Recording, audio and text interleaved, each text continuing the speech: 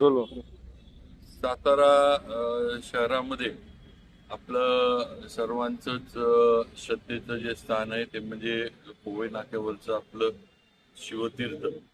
आणि या शिवतीर्थावर छत्रपती शिवाजी महाराजांचा टोपेवर हात ठेवलेला हा मला वाटतं भारतातला एकमेव असा वेगळा पुतळा या ठिकाणी आहे. अनेक वर्षापासून या परिसरात किंवा इथं येणाऱ्या शिवभक्तांची शिवप्रेमींची एक इच्छा होती की हा पुतळा आता सगळा जो परिसर इथला वाढलेला आहे या परिसराच्या मानानं आता हा पुतळा जो आहे हा छोटा दिसतोय. मोठा पुतळा इथं व्हावा याच पद्धतीचा पुतळा व्हावा ज्या याच्यामध्ये आता आहे. आणि त्याचं काम हे आपण आज नगरपालिकेच्या माध्यमातून आता सुरू करतोय.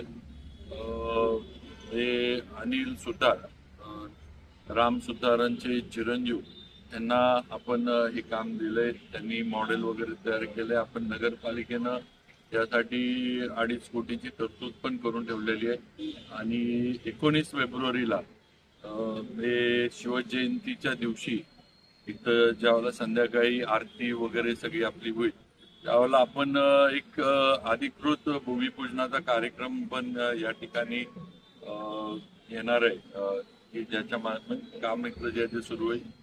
साधारण 25 फुटाचा हा पुतळा नवीन जो आहे याच पद्धतीनं तोफेवर हात ठेवलेला छत्रपती शिवाजी महाराजांचा आपण उभा करतोय.